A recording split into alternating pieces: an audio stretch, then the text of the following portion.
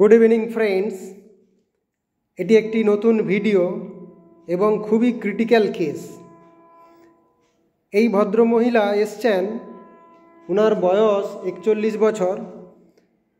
উনি আচ্ছা, আপনি প্রথমে বলুন কি সমস্যা নিয়ে আমার কাছে এসেছেন। আমার সমস্যা হচ্ছে এই যে এগুলো চুলকে ছিল, গোটাটা শরীর এরকম বেরিয়ে গেছে। রাত্রে ঘুমোতে পারিনি। এটা 4-5 বছর হলো। ওটা ডাক্তার দেখিয়েছি, অনেক কিছু ডাক্তার দেখিয়েছি, কিন্তু ভালো হয়নি। আপনার কাছে আবার এলাম।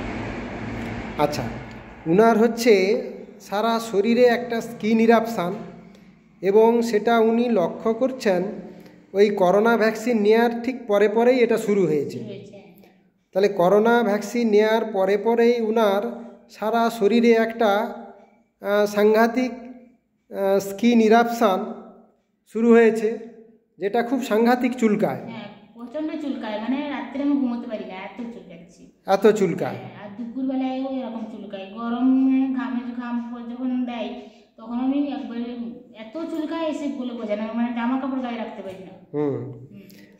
আর ঠান্ডা জল লাগলে কিন্তু ভালো লাগে না, জ্বালা বেশি হয়। কিন্তু আপনি গরমটা দিয়ে পরীক্ষা করে দেখেননি যে গরমে কমে কিনা। তো সেটা এরপর থেকে আপনি একবার গরম জলটা দিয়ে পরীক্ষা করে দেখবেন গরমে কমে কিনা। কারণ আমাদের হোমিওপ্যাথি ঔষধ সিলেকশন করতে গেলে এই সিমটমসগুলো জানা খুব জরুরি। যদি গরমে রিলিভ হয় তাহলে এক রকমের ওষুধ হয়, যদি ঠান্ডায় কমে তাহলে এক রকমের ওষুধ হয়। তো সেটা একটু লক্ষ্য করবেন, পরের বারে এসে বলবেন, তাহলে আমাদের ওষুধ সিলেকশন করতে আরও সুবিধে হবে। আচ্ছা, তাহলে আমরা এখানে যে ইভ্যালুয়েশন অফ সিমটমস যেটা আমরা করি, causation, location, sensation, modalities and concomitant, এইটা উপরে বেস করে আমরা ওষুধগুলো নির্বাচন করি বনিং হোসেনের থিওরি। তাহলে লোকেশান হচ্ছে ওনার সারা শরীরে এরকম একটা স্কিন ইরাপশান, লোকেশান। সেন্সেশন হচ্ছে এখানে বার্নিং, চুলকানি, ইচিং ফলোড বাই বার্নিং, চুলকানোর পরে জ্বালা করে, সেন্সেশন। কজেশন আমরা শিওরভাবে বলতে পারি না যে করোনা ভ্যাকসিন নেওয়ার পরে হয়েছে, কিন্তু আমরা এটা একটা ভাবতে পারি, কারণ তার তো আগে ওনার ছিল না। করোনা ভ্যাকসিন নেওয়ার আগে তো এটা ছিল না, তারপরেই তো হয়েছে।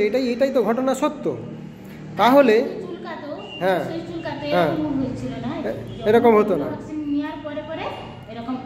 আরও বেশি হয়েছে। তাহলে এটাকে আমরা একটা কজেশন ধরতে পারি। তাহলে ব্যাড এফেক্ট অফ ভ্যাকসিনেশন, এটাকে আমরা একটা কজেশন হিসেবে ধরতে পারি। আর মডালিটিস বলতে এখানে আমরা কোল্ডে অ্যাগ্রাভেশন, ঠান্ডাতে বাড়ে কিন্তু গরমে কমে কি না সেটা উনি পরীক্ষা করে দেখেননি। তো এই হচ্ছে ওনার সিমটমস। এছাড়াও টুকটাক আরও অন্যান্য কিছু সিমটমস আছে, যেমন ওনার একটু ডিসপেপসিয়া আছে, অম্বল অ্যাসিডিটি, ছাতি বুক জ্বালা করে, আর হাত পাগুলো একটু কাঁপতে থাকে, হাত পা কাঁপে, tremblings of the extremity, palpitation, বুক ধড়পড় করে, which is aggravate bad news. আর এমনিতে হাঁটুতে একটু ব্যথা যন্ত্রণা আছে।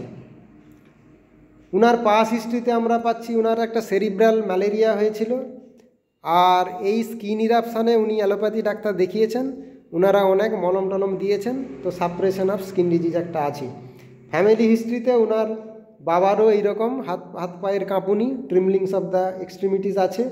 মায়ের দিক থেকে আর্থ্রাইটিস। অ্যাডিকশান বলতে উনি একটু দোক্তা পান খান, tobacco with betel. Heat cold রিলেশনের মধ্যে আমরা পাচ্ছি ওনার শরীরে গরম বেশি, স্নান করতে খুবই পছন্দ করেন। খাবার দাবারের মধ্যে মিষ্টি খুবই পছন্দ, মাছ খেতে পছন্দ করেন, পাতে কাঁচা লবণ লাগে, ঝাল পছন্দ, কাঁচা লঙ্কা চিবিয়ে খান, কোল্ড ড্রিঙ্কস আইসক্রিম পছন্দ করেন। পিপাসা খুব একটা নেই। আচ্ছা, পিপাসা তো কম বললেন, কিন্তু যেটুকু জলটা খাচ্ছেন সেটা একসঙ্গে অনেকটা খেতে পারেন না একটু একটু করে খান? না, যেরকম মুড়ি খাওয়ার পরে হয়তো 1-1.5 গ্লাস খেলাম। আচ্ছা, আবার ভাত খাওয়ার সময় 1-1.5 গ্লাস খেলাম, কিন্তু অন্য সময় যে আমার জল চেষ্টা করে সেরকম নয়। কনস্টিপেশন আছে, stool not regular, urine urge can't control, শরীরে ঘাম বেশি আছে, ঘামটা পুরো শরীরেই হয়, তুলনামূলকভাবে মাথা এবং মুখের দিকে বেশি, এবং রাত্রে ঘামটা বেশি হয়। আর ড্রিমসের মধ্যে উনি মৃত মানুষের স্বপ্ন দেখেন, পড়ে যাওয়ার স্বপ্ন, সাপের স্বপ্ন, ভূতের স্বপ্ন, চোর ডাকাতের স্বপ্ন দেখেন। মাইন্ডের মধ্যে একটু ইরিটেবিলিটি আছে, কিন্তু সেটা কনসোলেশন অ্যামিলোরেশন। আর উনি খুব ফ্যাস্টিডিয়াস, আপনার জিনিসপত্র একদম সুন্দর টিপটাপ গোছানো থাকে, একদম অগোছালো নয়, আপনি নোংরা একদম পছন্দ করতে পারেন না। So much ফ্যাস্টিডিয়াস। আর একটা অ্যাংজাইটি টেনশান আছে, মনের মধ্যে একটা দুশ্চিন্তা আছে। 3-4 বছর হয়ে গেল চর্মরোগটা, ভালো হবে কি হবে না, সারবে কি সারবে না, অনেক রোগ ডাক্তার তো দেখালাম, কেউ তো ভালো করতে পারলো না। তো এই রকমের একটা অ্যাংজাইটি টেনশান শরীরের মধ্যে রয়েছে। আর ওনার একটা পিকুইলিয়ার সেন্সেশন আছে, ডিলিউশনস আছে, sensation as if someone following from behind, এরকম একটা পিকুলিয়ার ডিলিউশন আছে। আর মাইন্ড ফুল অফ ফিয়ারফুল, সমস্ত কিছুতেই ভয়, অন্ধকার ঘরে একা থাকতে ভয়, ভূতের ভয়, সাপের ভয়, কুকুর, বেড়াল, সাপ, সব কিছুতেই ভয়, বজ্র বিদ্যুতের চমকালে ভয়। সো ফিয়ারফুল মাইন্ড, সব কিছুতে একটা ভয়। তো এই যে আমরা টোটালিটি অফ সিমটমস কালেকশান করলাম, এর প্রেক্ষিতে 2টি ওষুধ এখন আমার মাথায় আসছে। 1 নম্বর হচ্ছে থুজা, 2 নম্বর হচ্ছে আর্সেনিক। থুজা কেন? থুজা হচ্ছে ব্যাড ইফেক্ট অফ ভ্যাকসিনেশন। আর সন্ধ্যের দিকে ঘাম হয়, রাত্রে ঘাম হয়, উনি মৃত মানুষের স্বপ্ন দেখেন, পড়ে যাওয়ার স্বপ্ন দেখেন, পিকুলার ডিলিউশনস আছে। তো এগুলো থুজাকে কভার করে। আর্সেনিকের অনেক সিমটমস আছে। Arsenic also covered by bad effect of vaccination, very much fastidious, anxiety. আর স্কিন ডিজিজটা যেহেতু কোল্ডে বাড়ছে, তাহলে আমরা এটাকে ইন্টারপ্রিটেশন করতে পারি যে হয়তো গরমে রিলিভ হবে। তো এই কয়েকটা সিমটমসের উপরে ওনাকে আমি প্রথম এখন আর্সেনিক এলবা 0/123 দিনে 2 বার করে প্রেসক্রিপশন করছি। যদি ওয়েল সিলেক্টেড রেমেডি কাজ না করে, আর্সেনিক যদি ফেল করে, তাহলে থুজা আমাদের হাতে থাকলো। এরপরে আমরা থুজার কথা ভাববো, থুজারও অনেক সিমটমস আছে।